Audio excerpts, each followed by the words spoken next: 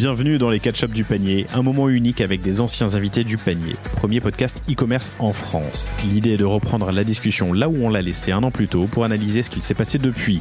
Quels nouveaux enseignements ils peuvent nous apporter, quels sont leurs insights marchés ou produits et comment ils ont fait pour progresser comme ils l'ont fait. Le tout en moins de 30 minutes, ce sera un challenge. Je suis Laurent Kretz, cofondateur de Cosa Vostra, agence conseil tech et créative. Notre mission, rendre l'expérience digitale de l'utilisateur final efficace, belle et inspirante pour faire gagner nos clients en visibilité, en efficacité, en singularité. Vous avez un projet? Parlons-en et contactez-moi sur contact@lepanier.io. Bonne écoute.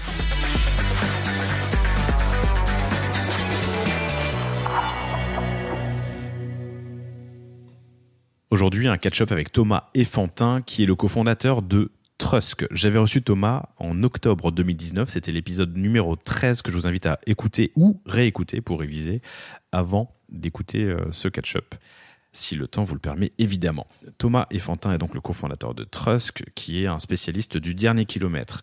Évidemment, le secteur de la livraison, en amont, en aval, au milieu, a été fortement impacté par la période de Covid, avec un bond en avant des usages, du business, du e-commerce. Et c'est ce que Thomas va nous raconter dans ce catch-up. Principalement un changement de prisme, puisqu'il faisait à l'époque du ship from store, et aujourd'hui ils sont presque à 100% en cross-docking. Qu'est-ce que ça veut dire ? Eh bien, il nous l'explique dans cet épisode qui est passionnant. On abordera également les apprentissages de la période, plus sur un point de vue pilotage, gouvernance. Et enfin, on terminera sur l'avenir de la livraison, la différence avec les acteurs traditionnels et les acteurs nouveaux, les startups, et l'avenir du e-commerce et de la boutique et du retail. Bref, un épisode catch-up passionnant. Belle écoute.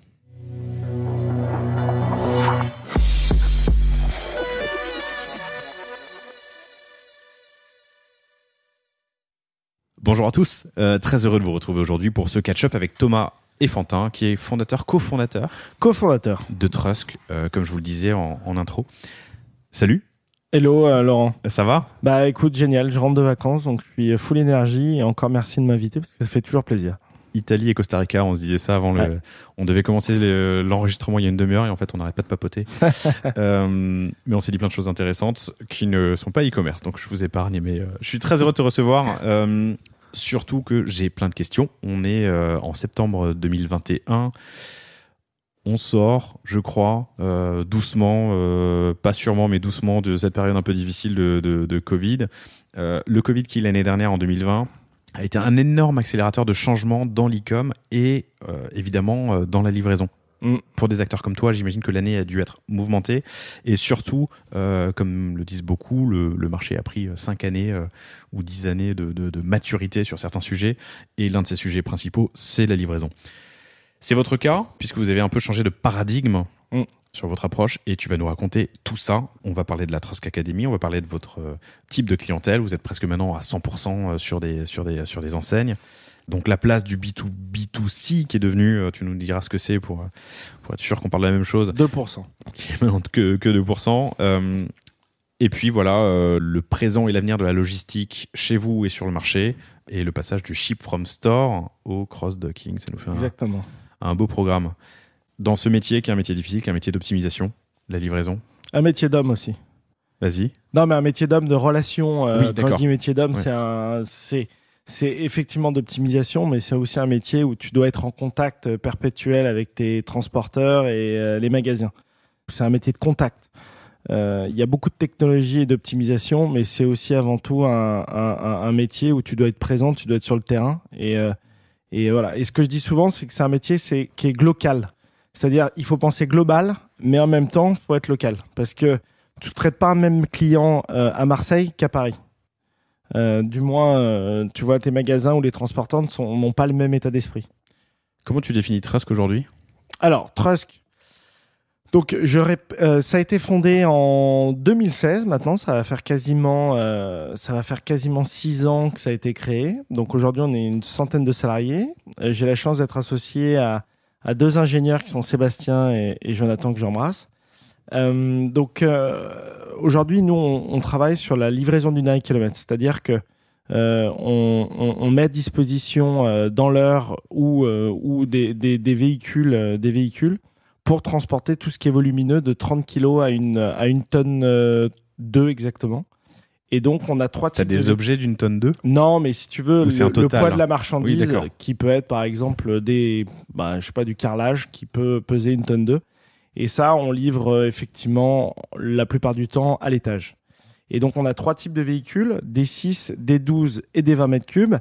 Et nous, c'est très important aussi, on travaille uniquement avec des professionnels du transport qui sont des capacitaires, qui ont leur propre véhicule et qu'on va sélectionner via la Trusk Academy. Tu en parlais tout à l'heure, qui est notre école de formation qui nous permet de sélectionner les bons transporteurs. Parce que si tu veux, il y a plus de 60 000 sociétés de transport dans toute la France. Et effectivement, il faut sélectionner les plus professionnels. Et voilà. Donc, 60 000 transporteurs dans toute la France ? Il y a 60 000 transporteurs en VL dans toute la France. Véhicules légers ? Véhicules légers, exactement. Ouais. Alors, pardon, tu as dit 6, 13, 20 mètres cubes, juste pour nous donner 6, 12, 20 mètres cubes. 6, 12, 20, ça c'est quoi un 6, un 12 et un 20 ? Le 6, ça fait la taille d'un monospace ? C'est 2 fois le Kangoo, tu vois okay. Tu as un Kangoo, on en voit souvent. Des 12, c'est des Renault Master, je sais pas si ça te parle. Une camionnette. Voilà, et les 20 mètres cubes... comment je pourrais te le décrire ? C'est des petits camions. Ouais, c'est des beaux petits camions dans Paris, quoi. Ok, très bien. D'ailleurs, je fais une parenthèse, mais c'est intéressant. Vous passez à l'électrique ? Alors, ça va être un des gros changements qu'on est en train d'opérer. Vous en avez déjà ? Voilà, on a déjà des véhicules électriques. Donc, comme tu le sais, Paris est en train de devenir une ville propre. De plus en plus de vélos, de plus en plus de véhicules électriques. Et aujourd'hui, les transporteurs sont en première ligne. Donc, nous, on accompagne aujourd'hui nos capacitaires pour un changement dans les prochaines années et d'opérer de plus en plus en électrique. Donc, on a la chance d'opérer en électrique avec un client qui s'appelle Ikea. Aujourd'hui, on a nos entrepôts avec Ikea à Gennevilliers, ce qui nous permet aujourd'hui d'avoir une situation géographique qui est proche de Paris et donc de pouvoir utiliser nos véhicules électriques. Donc aujourd'hui, malheureusement, il y a très peu d'offres. On utilise le 20 mètres cubes Renault avec une autonomie de 140 km. Donc on opère, on récupère la marchandise à 7h du matin, on fait une première tournée, on ramène le véhicule en général vers 13h, on charge le véhicule avec une charge rapide et le véhicule repart pour livrer sur l'après-midi. Et ça, aujourd'hui, on opère avec une dizaine de véhicules. On est déjà en train de passer une commande de 10 véhicules supplémentaires. Et notre objectif, c'est petit à petit de transformer la flotte du thermique en électrique. Juste pour avoir un ordre de grandeur, un thermique, il faisait une tournée de combien de temps ? Il fait la journée. Les thermiques, il a une autonomie, je crois que c'est de plus de 600 km avec un plein. Alors qu'aujourd'hui, il y a des stations-service partout. Voilà, il y a des stations-service partout. Et un plein, ça dure 5 minutes et pas c'est pas illimité, 1 heure. Alors que pour l'électrique, c'est 140 km et si tu tombes en rade, t'es en rade, quoi. Donc, il faut venir récupérer le véhicule. C'est bien, mais il n'y a pas de mais, pardon. Je vois pas mal de camions à l'hydrogène. Ouais. Aussi. C'était un choix, l'électrique. C'était une réflexion. Enfin, il y avait eu... Alors... l'hydrogène coûte encore extrêmement cher. Okay. Donc c'est pour ça qu'on s'est positionné sur l'électrique. Et nous, on avait un objectif avec Ikea, c'était de lancer absolument le 1er janvier 2021. Donc il fallait absolument en fait qu'on opère cette transition et avec l'électrique, ça s'est fait rapidement. Mais ça ne veut pas dire qu'on n'est pas en veille perpétuelle sur l'hydrogène. Mais aujourd'hui, c'est sur l'électrique qu'on se concentre. D'accord. Est-ce que c'était une volonté commune avec Ikea, j'imagine, mais imposée, ou c'était en partenariat ? C'était une condition sine qua non pour bosser ensemble ? Ouais, c'est un partenariat. Donc effectivement, Ikea pousse pas mal sur l'électrique, ce que sur je ses comprends prestataires. Tout à fait. Et nous, on a absolument envie de faire cette transition écologique parce que de toute façon, si tu fais pas cette transition, j'ai bien peur que demain le transporteur n'existe plus, en tout cas pour livrer sur Paris. Et nous, on fait partie de ces précurseurs qui avons lancé Trusk électrique. Et on en est très fiers et on continue. Et surtout, on arrive à bien opérer, quoi. Ces 10 véhicules ont été une vraie phase d'apprentissage pour nous. Et aujourd'hui, on a confiance en l'électrique et on veut vraiment développer cette gamme. Compris. Tu m'as dit 60 000 capacitaires en véhicules légers en France. Il y en a combien qui travaillent avec Trusk ? Non, après, nous, on n'a pas besoin d'avoir une multitude comme des chauffeurs Uber, par exemple. Nous, on travaille, donc je le répète, qu'avec des professionnels qui déclarent leurs salariés, qui qui ont une société de transport. Qui ont suivi la Trust Academy. Voilà, qui ont suivi la Trust Academy. Alors, on n'est pas là pour objectif de former les capacitaires, parce que normalement, c'est des gens qui savent déjà faire leur métier, mais de bien sélectionner les transporteurs qui sont en règle, qui imprègnent aussi un petit peu nos valeurs qui sont Trust. Et à partir de ce moment-là, donc eux nous mettent à disposition leurs camions. Donc ça, on va vérifier que ce sont des camions aussi qui sont récents, parce qu'on veut pas des camions de plus de 5 ans. Ou autrement, on va les aider à faire cette transition écologique qui est électrique. Et rappelle-moi ta question. Sur les combien de Truskers aujourd'hui? Oui, et Truskers, aujourd'hui, on a à peu près, je dirais, plus de 300 capacitaires. Donc, en moyenne, un capacitaire, c'est entre 2 et 3 véhicules. Donc, on a à peu près entre 600 et 800 camions qui tournent quasiment tous les jours. Ok, c'est beau. Et dont une certaine partie en propre. Alors, nous, en propre, on n'a pas de camions en propre, sauf les 10 électriques dont tu parlais. Les 10 électriques sur lesquels on a décidé de les financer. C'est pour, encore une fois, accompagner notre Oscar. Okay. Mais on n'a pas pour vocation à devenir une société de location d'utilitaires. C'est juste pour amorcer la pompe.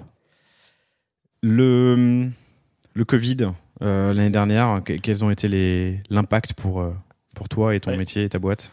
Écoute, le Covid, avec le recul, ça a été une de mes plus belles expériences entrepreneuriales, en toute transparence, parce que, comme tu le sais, comme toi, comme moi et comme toutes les sociétés, du jour au lendemain, ça s'est arrêté.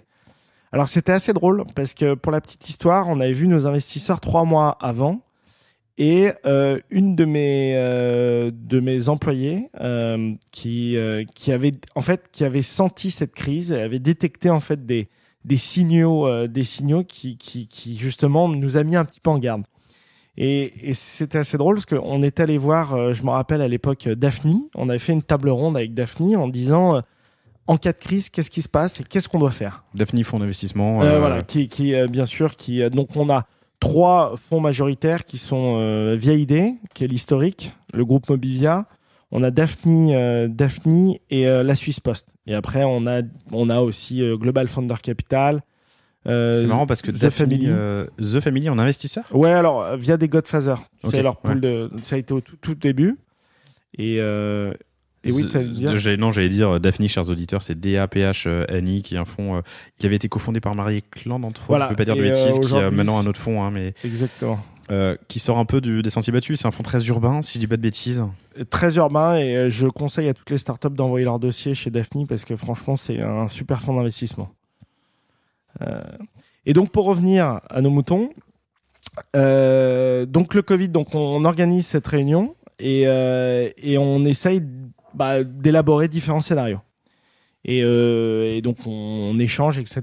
Et le dernier scénario arrive en disant et si les magasins ferment?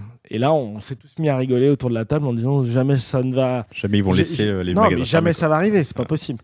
Donc au final, on sort de cette réunion et on va boire une bière, etc. Donc on discute, Et ce fameux jour arrive du confinement. Je me rappelle plus exactement de cette date. Ouais, dans ces eaux-là. Donc faut savoir que nous, on avait quasiment 90% de notre chiffre qui partait qui faisait du ship from store. Donc c'est-à-dire qu'on allait récupérer la marchandise dans les magasins de nos partenaires pour aller livrer les clients.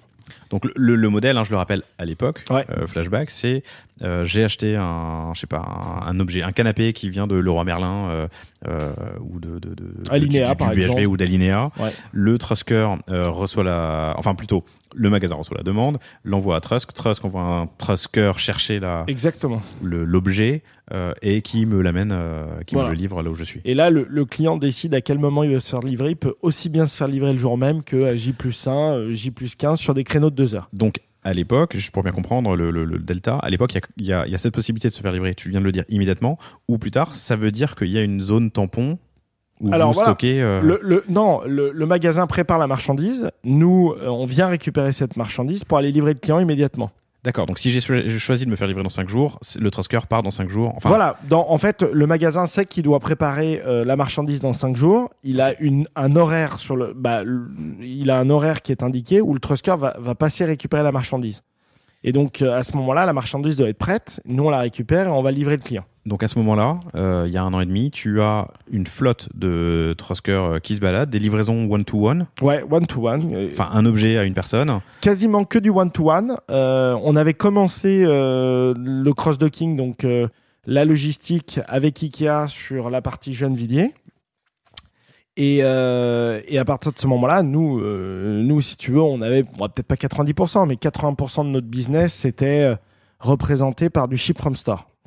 Donc, le fameux jour arrive où on nous annonce que les magasins doivent fermer. Et là, on se retrouve avec mes associés et le COMEX en se disant qu'est-ce qu'on va faire, quoi. On va perdre quasiment la totalité de notre chiffre. C'est pas possible, quoi. Et donc là, on a dû réfléchir à différentes situations et différents scénarios. Donc là, la première chose, c'est assez intéressant, c'est que j'ai fait appel à différents entrepreneurs pour avoir un petit peu l'avis de comment gérer une crise. Parce que si tu veux, ça fait 10 ans que j'entreprends, mais j'ai jamais vécu cette situation et ça, c'est compliqué. Et donc, je me rappelle très bien d'une intervention de Marc Furiano, je crois, et également de Daphne qui avait organisé une réunion avec Marc Simoncini qui expliquait un peu et qui témoignait des différentes crises qu'ils avaient passées. Et là, je me suis rendu compte à quel point il fallait, en fait, 1 euro économisé vaut beaucoup plus qu'1 euro de chiffre d'affaires. Parce qu'en fait, on n'a aucune visibilité. En cas de crise ? Ouais, en cas de crise. Tu ne sais pas, en fait, ce qui va se passer. Surtout dans mon métier-là, où tu te dis qu'aujourd'hui, on est aussi une start-up où on burnait pas mal tous les mois. Il fallait, si tu veux, qu'on ait une visibilité sur ce qui allait se passer. Et pour ça, pour tenir le choc, il fallait structurer les coûts et pour pouvoir tenir le plus longtemps possible. Parce qu'aujourd'hui, si tu veux, quand tu as les magasins qui sont fermés et que tu sais que tu ne vas pas faire de chiffre d'affaires pendant les 3 ou 4 mois prochains, tu as intérêt à économiser un maximum de capitaux. Je comprends. Je réfléchis, pardon. Nous, on a eu une approche qui était un peu différente, qui était keep pushing. On n'a jamais autant bossé et été aussi actif. Et c'est d'ailleurs ce que je te disais en préparant l'entretien. On a fait 50% de croissance l'année dernière, mais c'était en partie grâce à ça. Mais nous, on n'était pas dépendants, effectivement, d'un monde qui bouge vers le bas, disons. Nous, on a été impacté vers le haut, puisque quand tu peux plus ouvrir ton magasin, tu fais un e-commerce, voilà. Et pour ça, tu as besoin d'une agence. Tu te diriges vers le digital. C'est intéressant. 1 euro économisé vaut mieux qu'1 euro de CA voilà. Dans certaines industries, en tout cas, ou certaines verticales, en cas de crise. Les différents entrepreneurs nous ont conseillé en disant, écoutez, c'est pas compliqué. L'objectif, c'est d'arriver à quasiment à ne plus burner. Donc à ce moment-là, tu te poses la question en te disant, ok, j'ai 80 salariés, aujourd'hui je burn tant, qu'est-ce que je dois faire? Donc là, on a pris un fichier Excel et on a fait tous nos coûts en se disant, bon alors est-ce que ça c'est nécessaire? On a fait la technique du bateau bateau de survie, c'est-à-dire qu'est-ce que tu gardes en cas de naufrage et dont tu as besoin. Et c'est là où tu te rends compte de plein de choses et tu te rends compte à quel point tu peux dépenser parfois des choses qui ne sont pas forcément nécessaires à ton business et assez inutiles. Et à ce moment-là, on s'est posé la question de qu'est-ce qu'on devait faire. Et donc, on a été très dans la transparence avec les équipes. Ça a été extrêmement important. Combien d'équipes, combien d'employés à ce moment-là? On avait à peu près 80 salariés, il me semble. Okay. Et on a été extrêmement transparent avec les équipes, c'est-à-dire qu'on leur communiquait un petit peu ce qui était en train de se passer et qu'est-ce qu'on devait faire. Donc on leur expliquait qu'effectivement il fallait réagir assez rapidement. Donc nous c'est vrai qu'on n'a pas trop attendu, c'est-à-dire qu'au bout d'un mois de Covid, on a directement pris le taureau par les cornes et l'objectif c'était de réagir le plus rapidement possible. Et là, on a arrêté toutes les périodes d'essai. On venait d'embaucher, je crois, une quinzaine de personnes. Donc là, on a arrêté toutes les périodes d'essai. Et ensuite, on a vu un certain nombre de salariés aussi qu'on pensait ne plus être dans l'état d'esprit de Trust. Et en discutant avec ces gens-là, on s'est dit qu'effectivement, ça serait bien de partir, tu vois, potentiellement. Et écoute, on a eu une très bonne transition. Il y a pas mal de gens qui ont décidé de partir à ce moment-là. On peut en parler 2 minutes de ça ou pas? Ouais, si tu veux, vas-y. J'ai lu un bouquin formidable qui s'appelle, que je vous recommande à tous d'ailleurs, Netflix, la règle, pas de règles, et qui raconte le management chez Netflix où il y a justement assez peu de règles. En préambule, il raconte ce moment de l'histoire de Netflix où ils ont vécu une période difficile, on va dire, un trou d'air. Ils étaient 130 et ils ont laissé partir, je ne sais pas comment le dire poliment, mais une quarantaine de personnes. Et au final, ils étaient aussi efficaces, voire plus à 80 qu'à 130 comme il était avant. Et il raconte exactement ça, c'est une question d'alignement. Donc il a juste décidé de garder les meilleurs, c'est-à-dire alignés, efficaces, productifs, et ainsi de suite. Les très très bons, mais pas dans les valeurs, malheureusement, ça ne fit plus. Les pas bons, évidemment, Clairement. Comment vous avez fait? Comment ça s'est passé? Quel a été le discours? Écoute, on a été, je pense qu'on a été vraiment transparent avec les salariés en leur expliquant que si on n'agissait pas maintenant, qu'il y avait de fortes chances qu'on allait peut-être pas mettre la clé sous la porte, si tu veux, mais qu'il fallait qu'on agisse. Et je pense que ça a atteint un certain nombre de salariés qui se sont rendus compte qu'effectivement, ils étaient plus trop alignés avec la future vision de la boîte et ont décidé de partir par eux-mêmes. Et donc, on a à peu près 15 périodes d'essai qui sont parties, plus une dizaine de personnes qui étaient là depuis 2-3 ans. Et donc, ça nous a permis, en fait, de... Ils ont levé la main ou tu allais les voir? Je veux dire, une partie ont levé la main, ouais. Et une autre partie, je suis allé les voir en direct et on a pu discuter face-to-face. Et donc, ça a été une très, très bonne période. Je veux dire, période difficile... humainement, c'est psychologiquement pas facile, et humainement, mais boîte, au niveau entrepreneuriat, ça a été une période très excitante parce que, si tu veux, c'était la première fois où j'avais affaire à une crise et mes associés de la même manière. Donc, je pense on s'en est bien tiré. On a fait des erreurs, je pense aussi, mais aujourd'hui, avec le recul, je ferai quasiment la même chose. Est-ce qu'il y a des périodes d'essai qui sont revenues? Non. Okay. Non, pas de périodes d'essai qui sont revenus.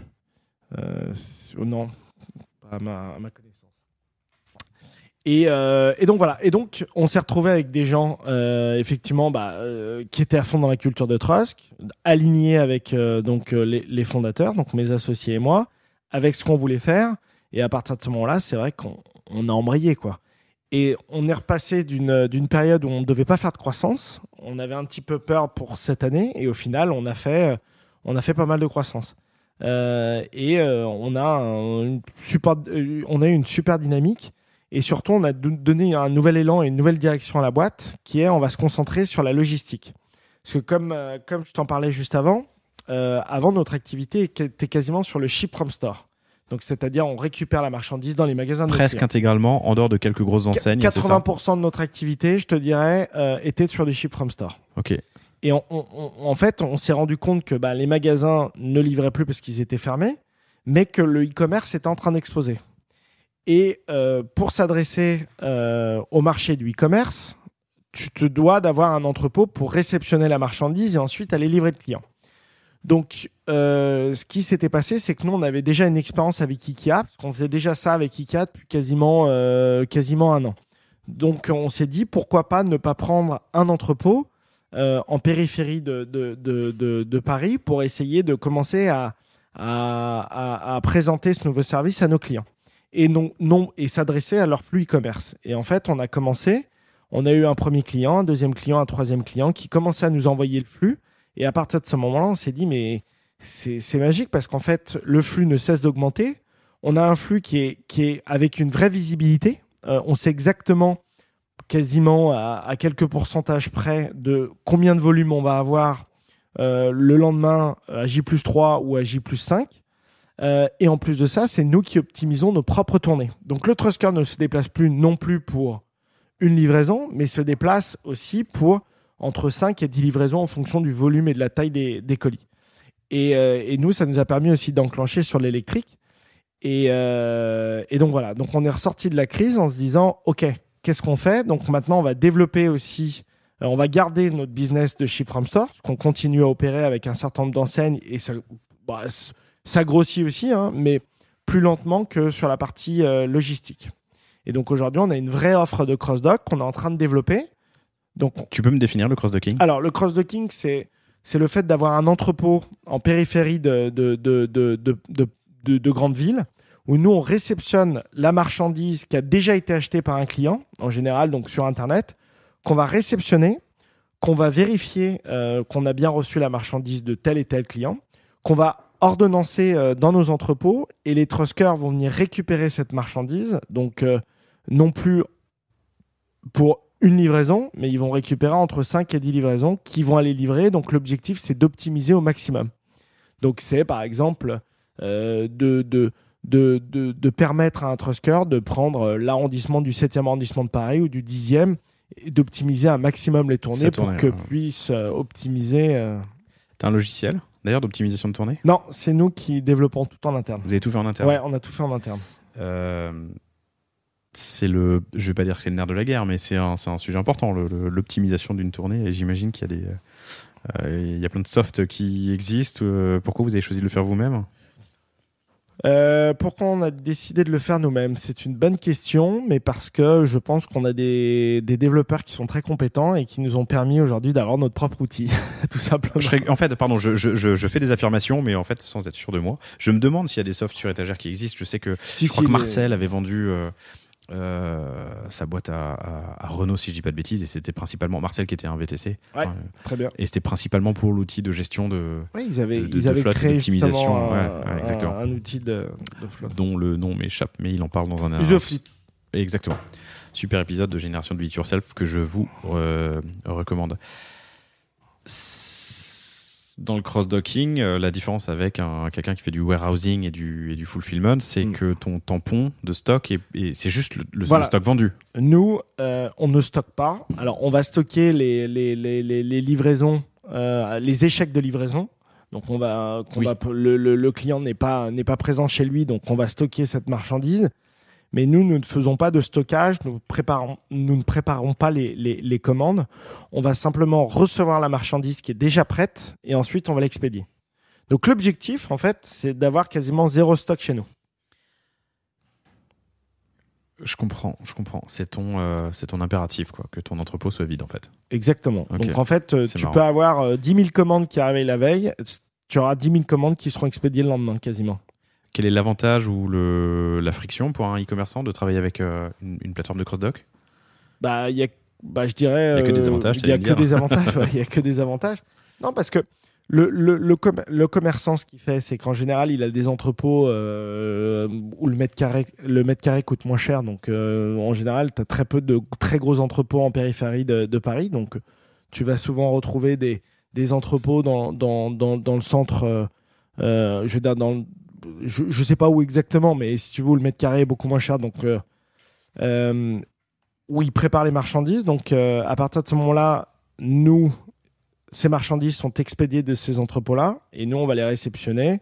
Et à partir de ce moment-là, ça leur permet de faire des économies. Et nous, on va expédier la marchandise le plus rapidement possible. Et tout ça, l'objectif, c'est que, faut jamais l'oublier, c'est qu'on est le dernier maillon de la chaîne. Donc, la dernière perception que le client va avoir d'une enseigne. Nous sommes le dernier contact. Donc, c'est-à-dire qu'on rentre chez les gens, on va déposer la marchandise. Donc, c'est très important aujourd'hui d'être en phase avec cette image-là. C'est qu'on se doit d'être excellent. Donc aujourd'hui, le e-commerçant, il trouve son compte chez Trusk parce qu'aujourd'hui, on respecte justement ce processus-là. C'est pour ça que nos Truskers passent par la Trusk Academy, que nos Truskers aujourd'hui ont un équipement, que les Truskers aujourd'hui ne roulent pas tous en électrique, mais vont petit à petit avoir cette transition sur l'électrique. Donc on fait attention à ça, et donc je pense qu'aujourd'hui, le e-commerçant, il trouve son compte parce qu'on voit nos volumes qui ne cessent d'augmenter. Donc j'ai envie de dire, on fait bien notre métier aujourd'hui. A priori, et surtout que c'est comme au restaurant, quoi. On se souvient principalement du dessert. On en parlait en préparant l'épisode, mais c'est la règle du pic fin de Daniel Kahneman que je croyais que tu m'avais donné, mais en fait j'avais trouvé ça dans TTSO, Time to Sign Up, qui est une excellente newsletter. Et la règle du pic fin, c'est qu'on se souvient de 2 moments dans une expérience quelle qu'elle soit. C'est le pic, donc le meilleur ou le pire moment de l'expérience, et la fin, le dernier. Et évidemment, dans l'e-commerce, le service, le tunnel d'achat, les attentions, les emails que je peux recevoir sont évidemment participent à l'expérience que je vais vivre. Mais la livraison, elle est cruciale. Et je peux avoir une super expérience d'achat, produit, de transac, mais si la livraison, elle merde... Ah, mais clairement. En fait, le truc, tu te dis, une enseigne dépense énormément d'argent dans le marketing, dans l'acquisition client. Donc, à partir de ce moment-là, toi, tu dois être conscient de ça. Si tu n'es pas conscient et que tu foires ta livraison à la fin, potentiellement, c'est un client qui est peut-être perdu pour l'enseigne. Donc, c'est pour ça que nous, on joue un rôle qui est devenu extrêmement stratégique. Surtout qu'aujourd'hui, maintenant, le client commande de plus en plus sur Internet. D'ailleurs, c'est mon cas. Moi, je me déplace de moins en moins en magasin. Et encore une fois, le seul contact humain que tu as, comme je disais tout à l'heure, c'est le livreur. Donc, c'est vraiment à nous de jouer. C'est intéressant. Je me note une question pour tout à l'heure.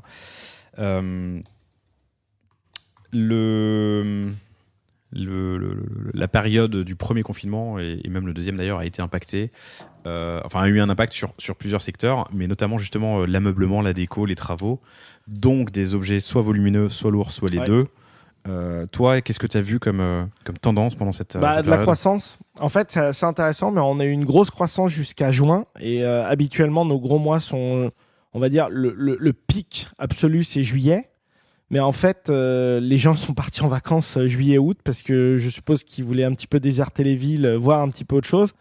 Donc, il y a eu énormément d'achats l'année dernière, donc sur des périodes comme avril, mai et juin. Et juillet, ça a été un petit peu plus lent parce qu'en fait, les gens veulent profiter de la vie. Bah oui. Mais par contre, c'est vrai que pendant le confinement, les gens ont passé énormément de temps chez eux. Donc, ils se sont rendus compte, ça serait bien de changer de canapé, ça serait bien de changer de table, ça serait bien de faire des travaux. Et à partir de ce moment-là, les gens achetaient beaucoup plus. Donc, nous, on a explosé nos chiffres. Donc, on était bien contents. Cool. Tu parles donc d'un métier qui change et d'un prisme qui change pour Trust. Vous allez continuer d'investir dans la logistique ?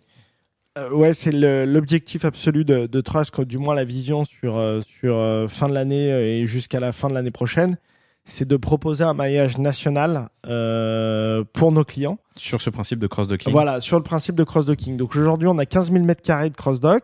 On a 2 entrepôts à Paris, donc un à Gennevilliers et un à Vissou. Alors, pour les non-parisiens, c'est... donc banlieue parisienne. Ouais, mais nord, sud, est, ouest. Voilà. Là, pas très loin, et un dans le sud. Ok. Et on a un entrepôt aussi également à Toulouse. Et notre objectif, là, c'est d'ouvrir différents entrepôts pour pouvoir proposer cette solution à nos partenaires et de pouvoir livrer, on l'espère, d'ici fin 2022, 100% de la population française. Donc, on est en train de petit à petit de construire ce maillage. Et donc, attends, fin 2022, 100% de la population française, mais pas sur un modèle cross-dock. Si, modèle cross-dock. Mais donc, alors, c'est-à-dire, non, mais en le fait, mec qui est à Chambéry, comment tu veux pas installer des... Justement, à partir du moment où on a un entrepôt, nous, on est capable aujourd'hui, si je te donne l'exemple de Toulouse, de livrer sur un périmètre de quasiment 200 km. Ok. Donc, à partir de ce moment-là, on sait exactement quelles sont les zones où on doit ouvrir pour pouvoir quasiment couvrir la population française. Ouais, tu mailles la géographie avec la démographie et puis tu arrives à avoir... Okay. Et là, on va ouvrir, normalement, on va commencer à ouvrir le sud. Eh ben, Toulouse est déjà dans le sud, donc vous allez continuer de... Ouais, alors le sud, le sud méditerranéen, Marseille, quoi, le sud, Marseille, Nice et d'autres villes. Top. Pour avancer, j'aimerais parler de tes apprentissages, alors soit sur le métier, soit personnel sur cette dernière année, puis on ouvrira sur l'avenir de la livraison, du e-com, du retail, du fluvial peut-être. Yes. Tes apprentissages cette année, si tu devais retenir 3 choses que tu peux nous partager. Entrepreneuriat, direction, gestion, pilotage. La première et que je répète souvent, c'est la culture. Je dirais c'est l'équipe.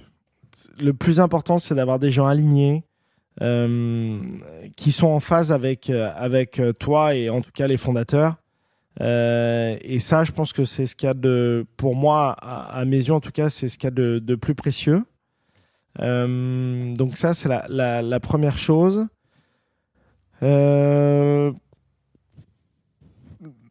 Après, je dirais la deuxième chose, c'est ne pas forcément être borné. C'est-à-dire qu'en fait, l'objectif, c'est aussi d'être en veille perpétuelle, de sans cesse réfléchir et d'essayer de voir un petit peu quels sont les axes d'amélioration du business. Et c'est vrai que, en toute transparence, quand tu te dis qu'on a commencé par le particulier, ensuite on est parti sur le professionnel à faire du cross-dock, du ship from store. Et ensuite, on se dit aujourd'hui qu'on est en train de développer la partie logistique, donc c'est-à-dire avec des entrepôts, des intérimaires, parce que c'est une vraie organisation, hein. Il faut savoir que un entrepôt qui est basé à Gennevilliers ou à Vissou, c'est des entrepôts qui sont ouverts 24 heures sur 24. Donc, tu passes quand même d'une activité un petit peu différente. Donc, tu as une vraie phase d'apprentissage là-dessus. Et c'est le fait d'être à l'écoute du marché et ne pas avoir peur d'oser faire les choses, quoi. Parce que tu vas voir tes investisseurs et tu leur expliques que là, tu es en train de petit à petit de développer une nouvelle section dans ton business. C'est pas simple à entendre pour tous les investisseurs. Et donc, ils ont bien fait de nous faire confiance aujourd'hui parce que je pense que cette partie du business-là va nous permettre de nous développer très fortement dans les prochaines années. Et le troisième point, laisse-moi réfléchir.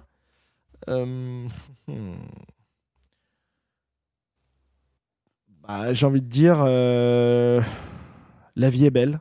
Non, mais en fait, c'est bête, hein, mais je me dis toujours, on a passé des périodes qui étaient quand même très difficiles, mais je me rends compte à quel point la famille est important. Tu vois, parce que dans des moments, pendant le Covid, où tu es enfermé chez toi, alors heureusement, j'étais pas seul, donc j'étais avec ma copine et ma famille, mais à quel point, en fait, tu te rends compte que ces gens-là t'apportent énormément de choses et te donnent l'énergie d'entreprendre aussi, parce que j'ai la chance d'avoir mon père qui est entrepreneur aussi, et donc qui m'a transmis cette énergie. Et c'est vrai que tu te dis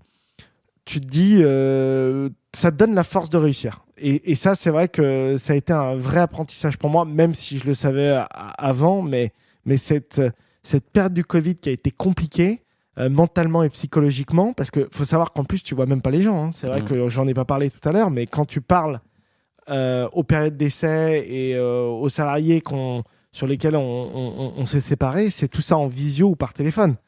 Donc, tu vois, c'est aussi délicat. C'est dur. Humainement, c'est dur. C'est humainement dur. Donc, c'est le soutien familial et le soutien de tes potes et de tes associés, parce qu'on a la chance d'être avec mes deux autres associés extrêmement bien alignés. Et donc, ce qui nous a permis, en fait, de faire face à ces différentes vagues et de ressortir beaucoup plus fort. C'est beau. On pourrait s'arrêter là-dessus, mais j'ai encore des questions, c'est dommage. Mais la vie est belle, tu as raison.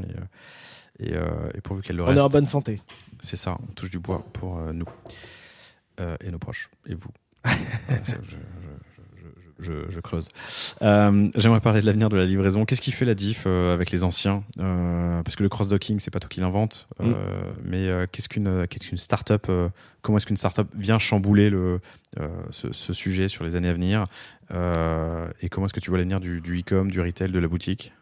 Alors, ce qui peut changer, c'est effectivement le fait qu'on ait pas mal de tech qu'on ait insufflé dans notre business, ce qui n'était pas forcément le cas des traditionnels. Mais, j'ai dit les anciens, pardon, c'est pas poli, les traditionnels. Les traditionnels, ouais. Les confrères même d'ailleurs, parce que c'est des confrères. Non, mais surtout, la grosse différence, c'est la flexibilité. C'est-à-dire qu'en fait, un traditionnel, lui, va avoir un certain nombre de camions avec des capacités qui vont être limitées. Donc, c'est-à-dire que ils ont un business qui est beaucoup moins flexible que Trust peut proposer.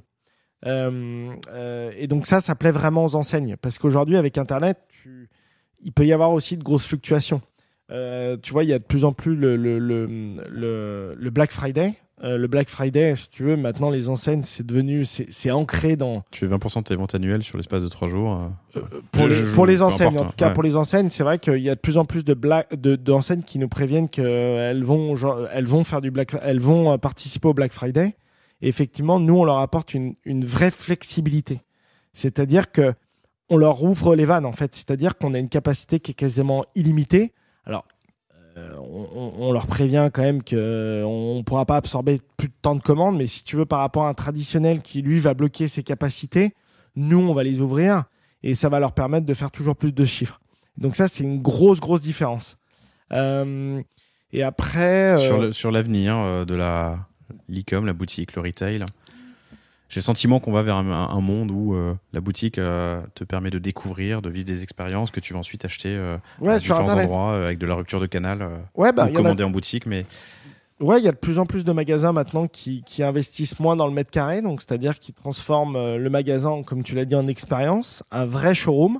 Et donc aujourd'hui, tu peux te faire livrer par. Donc l'objectif, c'est que tu te fasses livrer par des plateformes comme Trust. Et donc ça peut être une grosse différence. Qu'on est encore une fois, on est beaucoup plus flexible. Donc ça permet aux enseignes d'avoir une vision qui soit pas qui leur permette de grossir rapidement, quoi. Et l'avenir de Trust, est-ce que vous restez que sur la route? Il y a les airs, il y a non, il y a les hélicoptères, il y a les avions. Non, j'aimerais bien d'ailleurs. Non, aujourd'hui, on a déjà pas mal de choses à faire sur le VL, mais c'est vrai qu'il y a pas mal de choses qui apparaissent, notamment, j'en parlais rapidement, mais le fluvial, potentiellement différentes enseignes réfléchissent au fluvial. On a aussi les drones, j'ai envie de dire, on a été approché, mais c'est pas si simple, surtout sur l'objet volumineux. Mais non, il y a pas mal de véhicules qui sortent à droite et à gauche. Et donc, on est toujours en veille perpétuelle pour essayer toujours plus de véhicules électriques et aussi du véhicule hydrogène. D'ailleurs, je crois que j'ai un rendez-vous vendredi avec une personne spécialisée dans l'hydrogène. Donc nous, on est en veille perpétuelle. Sur ton secteur et le cross-docking, qu'est-ce que tu as vu à l'étranger qui t'inspire, où tu dis ça va pas tarder à arriver? Ou la livraison au sens large, mais... J'ai vu une vidéo en Chine, mais quasiment, ils construisent une ville souterraine, en fait. Une ville souterraine où tu peux transporter les colis avec des sortes de, je sais pas, des trains, ou des flux d'air comme veut faire Tesla. Je veux dire, Elon Musk avec comment ça s'appelle ? Le nom m'échappe, mais bon, c'est des trains dans des... Voilà. Et donc ça, tu vois, donc effectivement... Hyperloop. Ouais, Hyperloop. C'est très inspirant, mais bon, avant que ça arrive à Paris, j'ai envie de dire, je sais pas si tu seras encore vivant, moi aussi. C'est intéressant, mais on pourrait imaginer des tunnels de métro qui font passer à la fois du métro, mais aussi pourtant, pourquoi pas, de la marchandise, tu vois. Tiens, tu me fais penser à ça. Oui, effectivement, on a été approché pour transporter potentiellement des colis par le métro. Surtout que le métro à Paris, c'est une aberration, mais il s'arrête entre 2 heures, 1 heure. 1 heure du mat et 5 heures du mat, tu vois. Donc, tu as des tunnels à utiliser qui pourraient... Ouais, c'est d'utiliser les transports en commun. Donc, malheureusement, ça ne s'est pas encore fait, mais on est en pourparlers. Donc, si ça se fait, je te tiendrai au courant. Ou tu le verras sur les réseaux sociaux, parce que je pense qu'on communiquera pas mal là-dessus. Ça marche. Mais effectivement, tu peux utiliser les transports en commun. Thomas, merci infiniment. Laurent, merci. J'ai bien aimé ce catch-up et je suis heureux de t'avoir reçu. J'espère qu'il vous a plu, chers auditeurs. Qu'est-ce que je te souhaite pour fin 2021-2022 ? L'ouverture de nouveaux... Ouais, c'est surtout l'ouverture de nos entrepôts, je veux dire, de nos solutions CrossDock, donc que l'ouverture dans le sud se passe bien. Mais j'ai aucun doute là-dessus, tu vas me dire. Mais surtout de continuer avec nos clients. Et voilà, donc on a un beau métier qui a le vent en poupe. Il faut que ça continue. Et donc voilà, de toute façon, tu vas avoir pas mal de choses. Tu vas avoir Trust électrique de plus en plus, parce qu'on a pas mal de camions floqués qui tournent dans Paris. Et voilà, que l'équipe grossisse et qu'on puisse continuer à bien opérer. Thomas, merci infiniment. Merci. Je te souhaite une excellente journée, une excellente année. Chers auditeurs, tout pareil pour vous. Et je vous dis à bientôt. Salut. Ciao.